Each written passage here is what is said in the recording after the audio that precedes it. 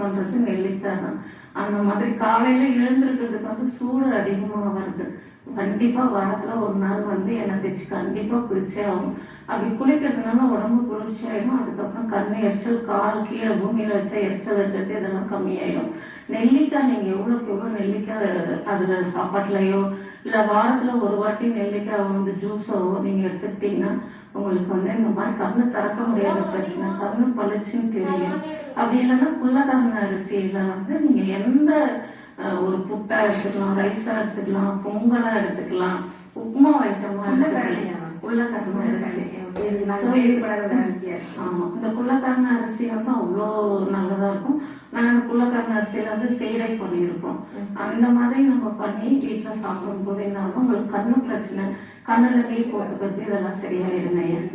அவங்களுக்கு தெளிவா புரிஞ்சிருக்கும். நம்ம இந்த மருந்து குழம்பு பத்தி பேசிட்டோம். நம்ம இவ்வளவு விஷயங்கள் சேர்ந்த ஒரு மருந்து குழம்பு இருக்கு இல்லையா, இது உங்கள்கிட்ட இருந்து வாங்கி போய் நாங்க எத்தனை நாள் வச்சுக்கலாம்? வெளியில வச்சுன்னா பெரும்பாலும் நான் யூஸ் பண்ணிக்காதீங்க சொல்லுவேன். ஏன்னா என்னுடைய